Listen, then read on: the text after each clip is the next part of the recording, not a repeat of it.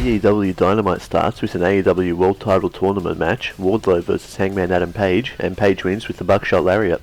Eddie Kingston vs Matt Sydal, and Kingston wins with a chokehold. Tony Schiavone and Dasha Gonzalez host a town hall. Chris Jericho, Sammy Guevara, Santana and Ortiz come out, followed by MJF. Luchasaurus asks MJF how he will contribute to the Inner Circle, and MJF shows a chart of Inner Circle's earnings if he joins. Britt Baker says MJF has a terrible past with his friends, and Jericho says Cody's a dipshit, and that if MJF turns on them, they'll knock his teeth down his throat. Peter Avalon asks if he can join the Inner Circle, and everyone laughs at him. Eric Bischoff is there, and he asks what MJF will do for the Inner Circle, and MJF says friendship. Eric asks what the Inner Circle can do for him, and MJF says they'll teach him to be a team player. MJF asks Jericho what he hasn't done, and Jericho says he hasn't beaten him, but he has the chance to at Full Gear. Jericho versus MJF.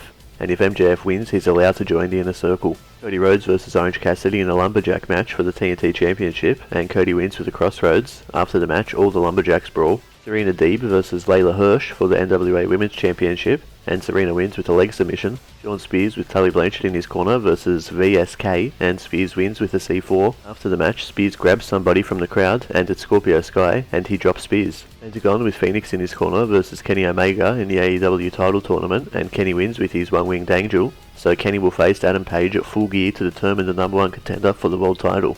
We'll see you next week for the next Dynamite highlight.